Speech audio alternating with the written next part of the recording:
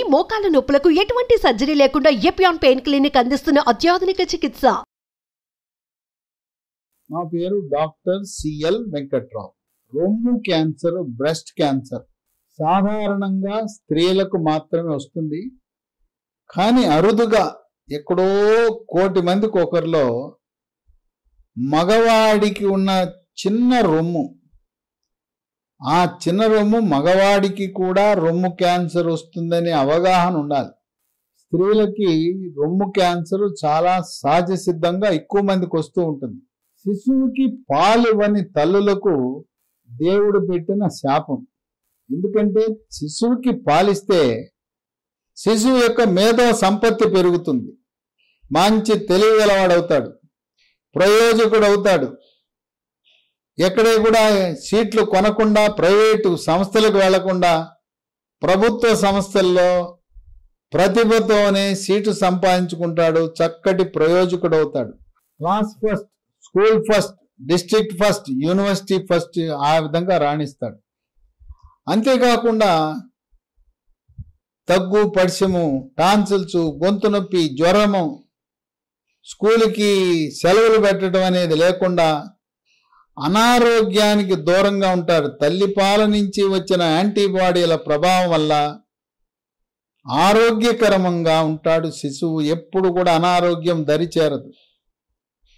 కనుక తల్లి కనీస కర్తవ్యం కనీసం 6 నెలల పాటు తప్పనిసరిగా మీకు పుట్టిన శిశువుకి పాలు ఇవ్వాలి. ఈ రొమ్ము క్యాన్సర్లు అమెరికా, పాశ్చాత్య దేశాలు, భారతదేశంలో మహిళలకు చాలా ఎక్కువగా వస్తున్నాయి. ఈ రొమ్ము క్యాన్సర్ రావడానికి 10 రకాల కారణాలు ఉన్నాయి.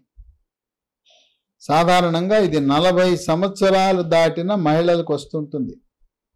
అందువల్ల 40 సంవత్సరాలు దాటిన ప్రతి ఒక్క మహిళ మాస్టర్ హెల్త్ చెకప్కు వెళ్ళినప్పుడు రొమ్ములకు రెండింటికి మ్యామోగ్రామ్ అనే ఒక ప్రత్యేక ఎక్స్రే ఉంటుంది. ఆ మ్యామోగ్రామ్ పరీక్ష చేస్తే తొలి దశలో రొమ్ము క్యాన్సర్ను గుర్తించి పూర్తిగా నయం చేయొచ్చు. మీరు వెళ్ళిన ప్రదేశంలో మ్యామోగ్రామ్ లేకపోతే, ఆ ల్యాబొరేటరీ లేకపోయినా మీరున్న పట్టణంలోనో నగరంలో వేరే చోటకు వెళ్ళి సంవత్సరానికి ఒకసారి తప్పనిసరిగా మ్యామోగ్రామ్ పరీక్ష చేయించుకోండి. 2, ఈ రొమ్ము క్యాన్సర్ అనేది వంశపారంపర్యంగా వస్తుంది. అమ్మమ్మ, తల్లి, మనవరాలు. అమ్మమ్మకి 50 సంవత్సరాలకు వస్తే, తల్లికి 40 సంవత్సరాలకు వస్తే, మనవరాలకు 30 ఏళ్ళకే వస్తుంది. ఇది వంశపారంపర్యంగా తరతరాలుగా వచ్చే వ్యాధి. 3, ఇంకో విచిత్రం ఏంటంటే ఈ మధ్యకాలంలో చిన్న వయసులోనే రజస్వలు అవుతున్నారు. సాధారణంగా 13, 14 ఏళ్ళకి రజస్వలు అవ్వాలి, కానీ 8, 9, 10 ఏళ్ళకే రజస్వలు అవుతున్నారు. ఎవరైతే త్వరగా రజస్వలు అయ్యి ముట్లు ఆగిపోవడం అనేది సాధారణంగా 45 నుంచి 50 ఏళ్ల మధ్యలో అవ్వాలి. అలా కాకుండా 50 ఏళ్ళు దాటి ముట్లు ఆగకుండా, అంటే త్వరితగతిన రజస్వలు అవటం, ఆలస్యంగా ముట్లు ఆగిపోయే వాళ్ళకి రొమ్ము క్యాన్సర్ వచ్చే అవకాశం ఎక్కువ. ఇక 5, పెళ్లి కాని వాళ్ళు ఉంటారు. పెళ్లి కాకుండా వివాహం కాని ఉండే మహిళలకు కూడా రొమ్ము క్యాన్సర్ అధికంగా వస్తుందని, వివాహం అయిన తరువాత పిల్లలు పుట్టని వారికి కూడా రొమ్ము క్యాన్సర్ వచ్చే అవకాశం అధికంగా ఉంటుంది. అంటే శిశువు రొమ్ముని చను మొనలను చీకటము ద్వారా రొమ్ము క్యాన్సర్ నిరోధించబడుతుంది. ఇక 6, శిశువు జన్మం. 30 ఏళ్ల ముందు, ఆ మహిళకు 30 ఏళ్ళు రాకముందు మొదటి శిశువు జన్మించాలి. 35 ఏళ్ల తర్వాత శిశువు జన్మిస్తుంది. ఎందుకంటే పెళ్లి ఆలస్యంగా చేసుకుంటారు. పెళ్లి ఎందుకు ఆలస్యంగా చేసుకుంటారు? కెరీర్లో సెటిల్ అవ్వాలి, మంచి ఉద్యోగం రావాలి అని ఆలస్యంగా చేసుకుంటారు. చేసుకున్నదే పెళ్లి ఆలస్యం. మళ్ళీ పిల్లల కోసం మరో 3-4 సంవత్సరాలు ఆగటం. కనుక ఎవరైతే ఆలస్యంగా వివాహం చేసుకుంటారో, ఆలస్యంగా వివాహం చేసుకుని ఆలస్యంగా శిశువులు పుడతారో వాళ్ళకి రొమ్ము క్యాన్సర్ వచ్చే అవకాశం ఎక్కువ ఉంటుందని వైద్య పరిశోధనలు వెల్లడిస్తున్నాయి. 7 స్థూలకాయము అన్ని రకాలుగా శత్రువే. స్థూలకాయము భారీకాయం ఉంటే ఇక్కడ కూడా రొమ్ము క్యాన్సర్ కూడా వచ్చే అవకాశాలు ఎక్కువ ఉంటాయి. 8 పీరియడ్స్ ఆగిపోయిన తర్వాత కొన్ని లక్షణాలు ఇబ్బంది పెడతాయి. ఎముక పెళుసుదనము, చర్మం పొడిగా అయిపోవటము, చర్మం కళావిహీనం కావటము, మూడ్స్లో మార్పు రావటము, ఒంటి మీద సెగలు పొగలు రావటము, వీటన్నిటినీ కూడా పోస్ట్ మెనోపాజల్ సిండ్రోమ్ PMS అంటారు. అటువంటప్పుడు గైనకాలజీ ప్రసూతి నిపుణులు, గైనకాలజీ స్త్రీ వ్యాధి నిపుణులు ఈస్ట్రోజన్తో కూడిన హార్మోన్ రీప్లేస్మెంట్ థెరపీ అని HRT అని ఇస్తారు. ఈ హార్మోన్లు తీసుకునే వాళ్ళకి రొమ్ము క్యాన్సర్ వచ్చే అవకాశం ఎక్కువ. కనుక ఈ హార్మోన్ రీప్లేస్ థెరపీ బదులుగా సోయా చిక్కుళ్ళ నుంచి తయారు చేసే పన్నీరు, టోఫులో కూడా వృక్ష సంపద నుంచి వచ్చే ప్లాంట్ ఈస్ట్రోజన్లు ఉంటాయి. ప్లాంట్ ఈస్ట్రోజన్లు సురక్షితం. ప్లాంట్ ఈస్ట్రోజన్ల వల్ల క్యాన్సర్ రాదు. ఇక 9 శిశువు జన్మించిన ఏదో కుంటి సాకు చెప్పి శిశువుకి పాలివ్వని వారికి కూడా రొమ్ము క్యాన్సర్ వస్తుంది.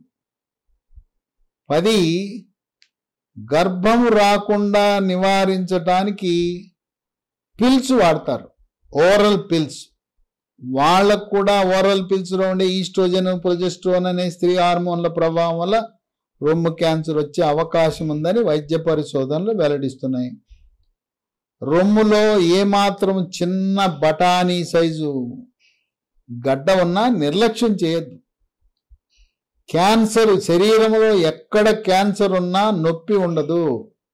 ప్రారంభ దశలో క్యాన్సర్ అనే దానికి నొప్పి ఉండదు. రొమ్ములో కూడా నొప్పి ఉండదు. నొప్పి వచ్చింది గడ్డలో అంటే క్యాన్సర్ ముదిరిపోయిందే. ముదిరినప్పుడు మాత్రమే నొప్పి వస్తుంది. నెలకోసారి మన మహిళలు రొమ్ములలో ఏమైనా గడ్డలున్నాయా అని పరీక్ష చేసుకోవాలి. గడ్డలుంటే వెంటనే డాక్టర్ని ఎవరిని సంప్రదించాలంటే జనరల్ సర్జన్ని కానీ సర్జికల్ ఆంకాలజిస్ట్ అనే సూపర్ స్పెషలిస్ట్ని సంప్రదించండి. మీ పట్టణంలో, నగరంలో సర్జికల్ ఆంకాలజిస్ట్ ఉంటే వాళ్ళను సంప్రదించండి. స్త్రీ వ్యాధి నిపుణులు, గైనకాలజిస్టుల పరిధిలో రొమ్ముల యొక్క జబ్బులు, రొమ్ముల క్యాన్సర్ గురించి వారికి వాళ్ళ పరిధిలో ఉండదు. గర్భకోశం మాత్రమే వాళ్ళ పరిధిలో ఉంటుంది. వైద్య విద్యలో రొమ్ములకు సంబంధించిన జబ్బులు, రొమ్ముల క్యాన్సర్లన్నీ కూడా ఆ గైనకాలజీ ప్రసూతి వైద్య నిపుణుల పరిధి నుంచి తొలగించి జనరల్ సర్జరీ అనే విభాగంలోనూ, సర్జికల్ ఆంకాలజీ విభాగం అంటే రొమ్ము క్యాన్సర్లకు సంబంధించిన సూపర్ స్పెషలిస్ట్ల పరిధిలో పొందుపరచడం జరిగింది.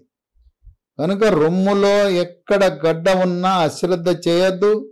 సంవత్సరానికి ఒకసారి మ్యామోగ్రామ్ అనే పరీక్ష చేయటం ద్వారా తొలి దశలో గుర్తిస్తే రొమ్ము క్యాన్సర్కి చికిత్స చేసిన తర్వాత 50 సంవత్సరాల పాటు ఆరోగ్యంగా జీవించవచ్చు.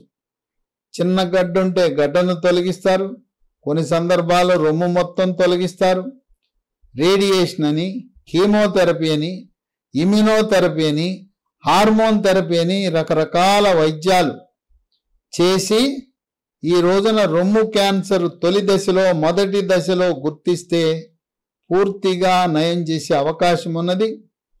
ఈ రొమ్ము క్యాన్సర్ ఏ దశలో ఉందో నిర్ధారణ చేయటానికి పెట్ CT స్కాన్ అనేది చాలా బాగా ఉపయోగపడుతుంది. ఎముకలకు క్యాన్సర్ వ్యాప్తి చెందిన, కాలేయానికి క్యాన్సర్ వ్యాప్తి చెందిన, మెదడుకి క్యాన్సర్ వ్యాప్తి చెందిన అది 4వ దశగా భావించాలి. 4వ దశకు చేరిన రొమ్ము క్యాన్సరే కాదు, ఏ క్యాన్సర్ అయినా కూడా ఆశాజనకమైన ఫలితాలు ఉండవు. కనుక ప్రతి ఒక్క బాలింత బాధ్యతాయుతంగా మీ శిశువుకి 6 నెలల పాటు కనీసము పాలిచ్చి రొమ్ము క్యాన్సర్ రాకుండా నివారించుకోవటమే కాక మీ యొక్క శిశువుని ఒక మేధో సంపత్తి అత్యధికంగా కలిగిన ప్రతిభావంతుడిని ఆరోగ్యకరంగా అనారోగ్యానికి దూరంగా ఉంచడానికి మీ వంతు కృషి మీరు చేయండి.